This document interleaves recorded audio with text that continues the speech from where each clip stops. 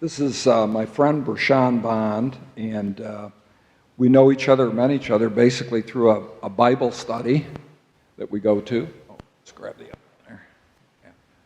Through a Bible study we go to, and each year this Bible study group goes away for an overnight retreat, and we go to this beautiful little lake down in southern Indiana where a bunch of the members have homes and kind of split up and sleep in different places, but then we all meet at one of the houses for Bible study.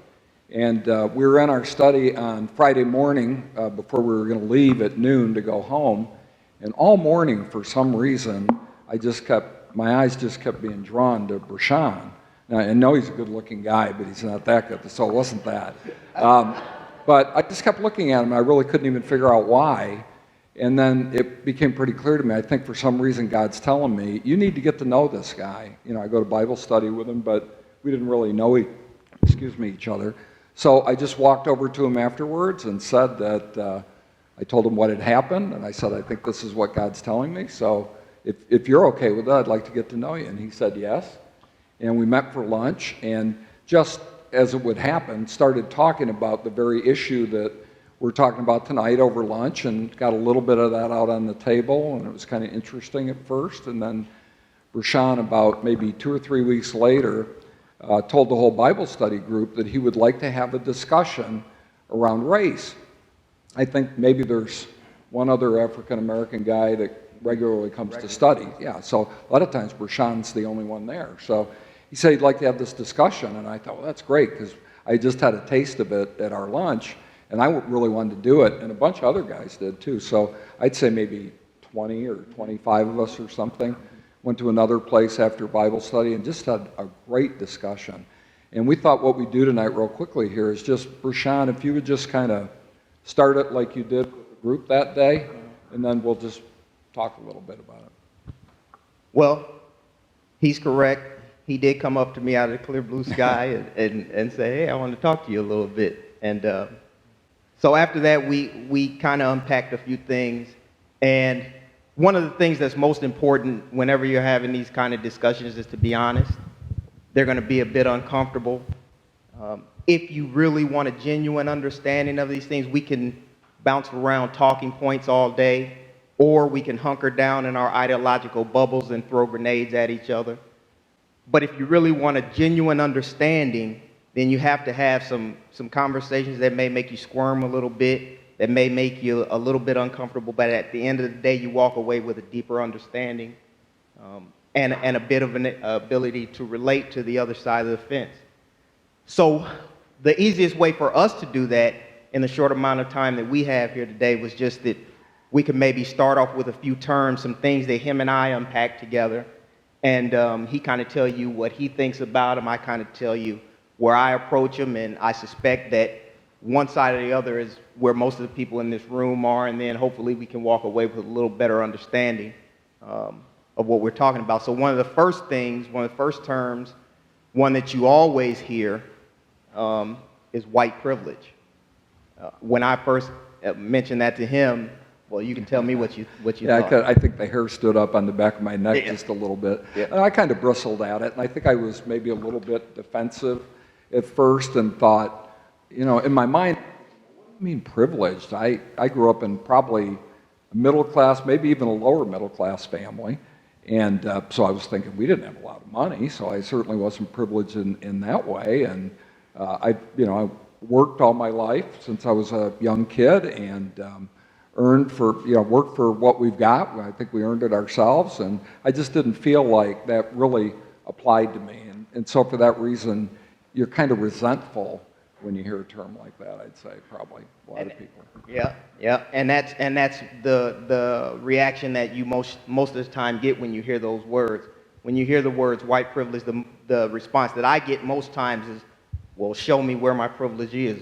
What do I get as a result of my whiteness that you don't have? And the easiest way for me to explain it, at least to unpack it to begin with, Captain Burton has on a bulletproof vest. And you can think of white privilege in the sense of Kevlar, intellectual Kevlar, right? Kevlar is the material that bulletproof vests are made out of.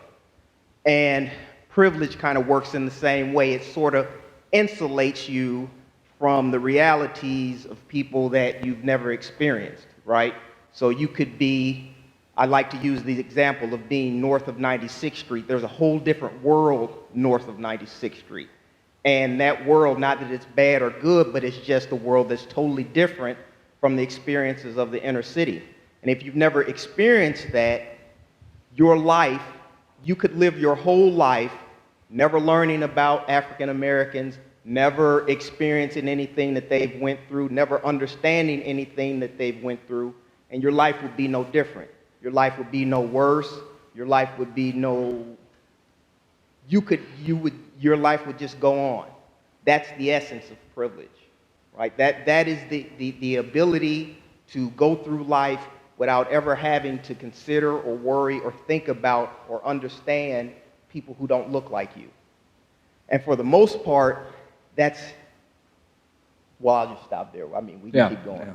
Yeah, and as I said, I reacted the same way, and until I met some people and discussed with them how they'd grown up, and they'd grown up with no dad and not even knowing who their father was, and maybe their mother was a drug addict, so their aunt raised them or their grandmother, and I start hearing these things, and I think, wow, I didn't have to deal with any of that. Right. What would life have been like if I'd had to deal with that? Well, right.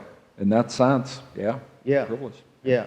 I tell people all the time, in the neighborhood where I live in, when I go out and do cardio or exercise, my girlfriend's right there, and she'll tell you that I don't do too much cardio. but the times where I do cardio, I make it a conscious effort not to carry my wallet in my hand, right? Not to have my phone in my hand at night, because it looks too much like a weapon, right? And simply because of the climate that we live in, I'm fearful that that wallet in my hand or my phone in my hand can be misinterpreted by the wrong person, and it can go left, right? Now, when I tell that story to my white brothers, the first thing that they say is, my God, Brashawn, I never thought about that. That's white privilege. Yeah. That is the essence of white privilege. That you could go through life and never even have to consider that I need to put my registration on my visor so that I don't have to reach into my glove compartment to get it. That I don't have to walk with my phone or my wallet in my pocket and never reach for it and be concerned that it could be misinterpreted as a gun and it could be something more harmful. So, and when you hear that, and when the reaction from somebody who isn't African American is, my God, I've never thought about that. There you have what privilege is in a nutshell. Right. So, I guess that leads us to probably the second heard most term, Black Lives Matter. Right. Yeah, and, when I heard that, what I thought of immediately was the whole idea of the real militant, what went on with riots in Baltimore and people marching in the streets and saying, pigs in a blanket, I am like bacon, and what do we want, dead cops, and so it just gives me really bad feelings. And the other thing that I felt was that all lives matter, and felt like blue lives matter. So it just seemed like, why don't we just say all lives matter and then really stick to it? And okay. I hear you. The best way for me to describe the Black Lives Matter movement, and yeah, I brought props. So. I have on my wrist, I have a Black Lives Matter bracelet because I'm a member of the local Black Lives Matter, but I also have a pink ribbon, kind of lavender, but pink lavender. But I want to compare the two images and kind of give you an idea of what Black Lives Matter means. And if you look at a pink ribbon, anybody who sees a pink ribbon, they automatically know that that is a symbol for breast cancer. Most people, when you see that, you know that they are, that it has to do with breast cancer. If you see somebody wearing a pink ribbon, you wouldn't go up to them and you wouldn't ask them, Don't you care about prostate cancer? Or aren't you concerned about, pancreatic cancer? You wouldn't make that question. That would be kind of silly.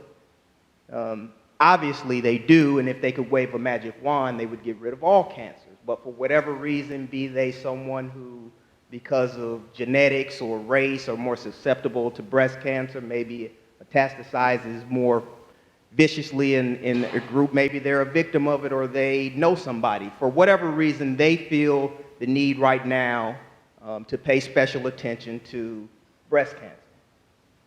That same ideology pretty much is what Black Lives Matter symbolizes. Following the death of Trayvon Martin down in Florida, 3 women formed this organization, and well, actually, it started as a hashtag and kind of just took fire from there. But they formed this organization not because there was any other life that didn't matter, but just the same way that people felt the need to be focused on one specific type of cancer.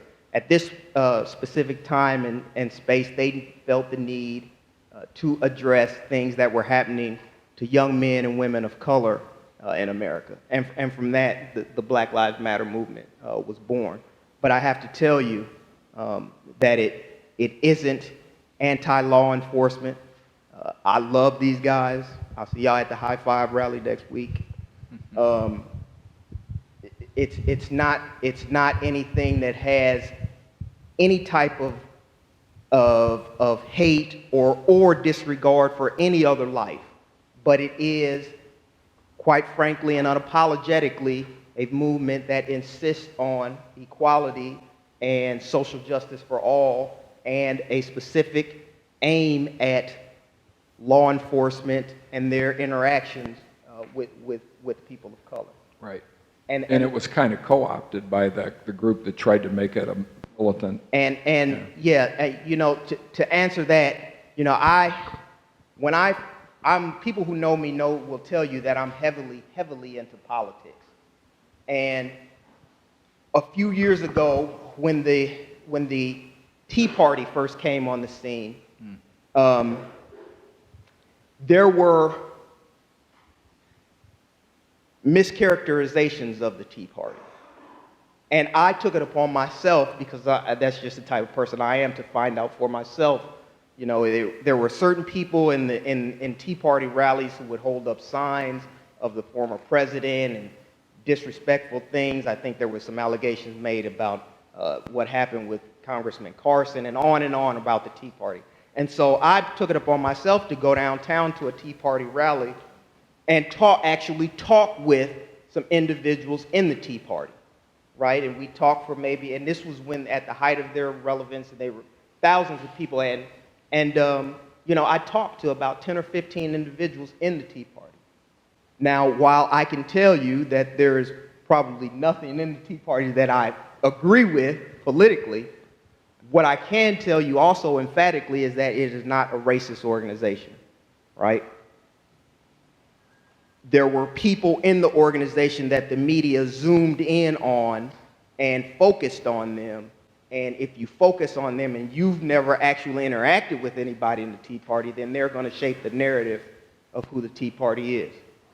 Well, I think that same thing has happened with Black Lives Matter, right? I think that there have been individuals who have been the most melodramatic, who have said the most hateful or newsworthy things, and we've had people zoom in on them, and then they have sort of co-opted the message. And I can tell you that if I was there, they would not be yelling pigs in a blanket frying like bacon. Yeah. And they would not be yelling anything that is anti-law enforcement or calling for violence against whomever. That's counterproductive to what we're trying to do. Okay. Well, it's good to know what it really means. Yeah. And if I hadn't had you as a friend, I don't know that I would have really understood that. So I appreciate it. We need to move along here.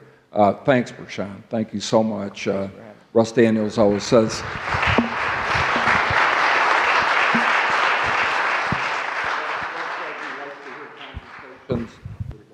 Russ says he likes to hear conversations that generate light rather than heat. Yeah. And I think we just had one, so Yeah. thanks. Yeah. Thank you.